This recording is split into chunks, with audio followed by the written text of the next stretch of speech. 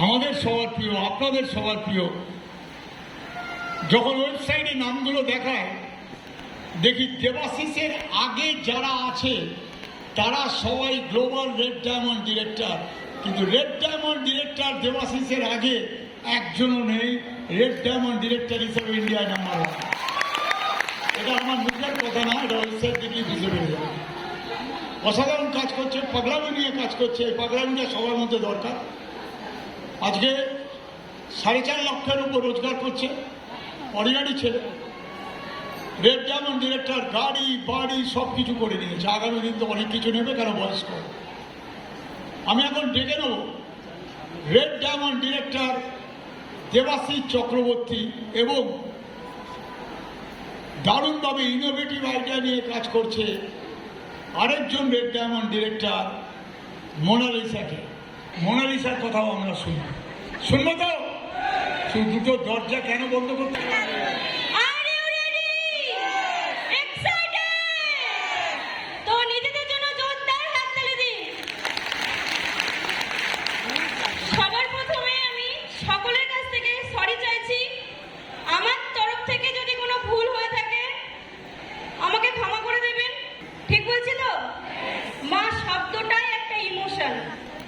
আমি তো মা শুনলেই ইমোশনাল হয়ে পড়ি। জীবনে মায়ের কতটা প্রয়োজন যার মা নেই সেই জানে। জীবনে সরল মায়ের কতটা প্রয়োজন যার মা থেকেও সঠিক কাজ করছে না সেও জানে। নিজেকে তো প্রুভ করবোই আমরা। গত মাসের থেকে বেশি বিজনেস তো করবোই আমরা বিকাশ মুখার্জির কথায়। Yes or no? আমরা সকলে মিলে তো শ্রীলঙ্কা যাবই। Yes or no?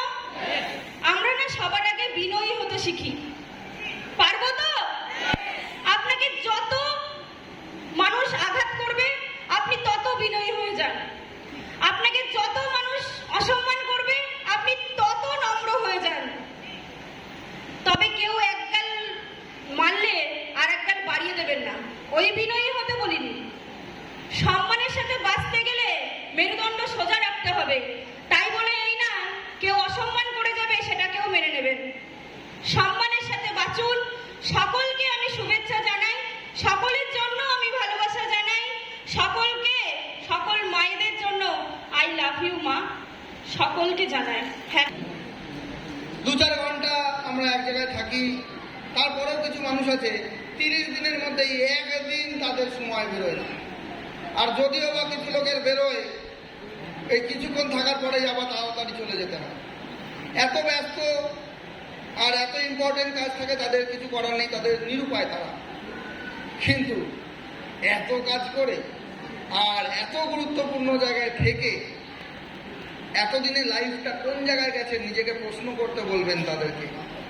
আর আমি বলছি মোদি কেয়ার এমন একটা জায়গা, সারা মাসে 2-4টে মিটিং আর প্রতিদিনের 2-4 ঘন্টা আর মানুষের সঙ্গে মেলামেশা কথাবার্তা ঘুরে বেড়ানো, এই হচ্ছে মোদি কেয়ার লাইফ, যেখানে মিলেনিয়ার হওয়া একেবারেই সহজ, বিলিনিয়ারের স্বপ্নে এগিয়ে চলেছে।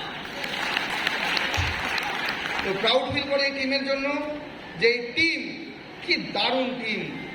আমার মনে হয়, আমার কাছে আমার এই টিম আমরা করবো জয়, সারা পৃথিবীর মধ্যে সেরা টিম। এবং সবে মাত্র 7 বছরে পাড়ি দিতে চলেছে এই টিম। আগামী মাসে 7 বছর কমপ্লিট হবে। তো সারা পৃথিবীতে আলোড়ন সৃষ্টি করতে পারে এই টিম। তার জন্য প্রস্তুত তো? নিজেকে তৈরি করুন। আর আর আরো বেশি লাকি মনে করি, কারণ এটা কেউ মানে সবার ভাগ্যে হয় না। আপলাইন বাবা মায়ের মতন পাওয়া। বিকাশ মুখার্জি আর রুনা ম্যামকে প্রণাম জানাই। ওনাদের আশীর্বাদের হাত আর ভালোবাসা স্নেহ যেন সারা জীবন পাই, এটাই আমার ভগবানের কাছে প্রার্থনা।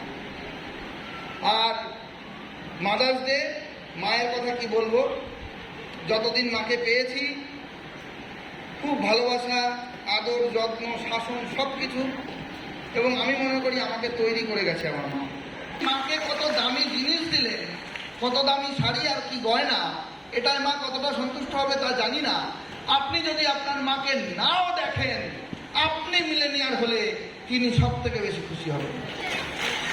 তো মাকে সম্মান জানালেও কাজটা মন দিয়ে করুন, এটাই মায়ের সম্মান বাড়বে। তো সকলকে বলবো ভালো থাকুন, সুস্থ থাকুন, আর মোদি কেয়ারকে মনে প্রাণে ভালোবাসুন, আর মোদি কেয়ার থেকে কি যান। কোথায় পেতাম এই পরিবেশ? মোদি কেয়ার ছাড়া সম্ভব না। কোথায় পেতাম এই ফ্রেন্ড সার্কেল? মোদি কেয়ার ছাড়া সম্ভব না। কোথায় পেতাম এরকম ভাই বোন যারা আজ মিলেনিয়ার? সম্পর্ক অনেক থাকে, মোদি কেয়ার সেটাকে অটুট বন্ধনে পরিণত করে। মোদি কেয়ার যদি সাথে আছে, আপনার জীবনে শুধু ভালো লাগাই থাকবে। যত খারাপ লাগা, যত কষ্ট, সব চাল হাট। আপনার সাকসেস আপনার জন্য ওয়েট করছে, আপনার স্বপ্নের 4 চাকা শোরুমে ওয়েট করছে। আপনি কি নিতে চান না? কাজ করলেই পাবেন। আপনার ব্যাংকে লাখ টাকার ওপর ওয়েট করছে, টাকাগুলো আপনার ব্যাংকে ঢুকতে চাইছে, কিন্তু বলছে সামান্য কিছু কাজ, তাও মানুষের সঙ্গে গল্প করা। আপনি কি সেটা পারবেন না?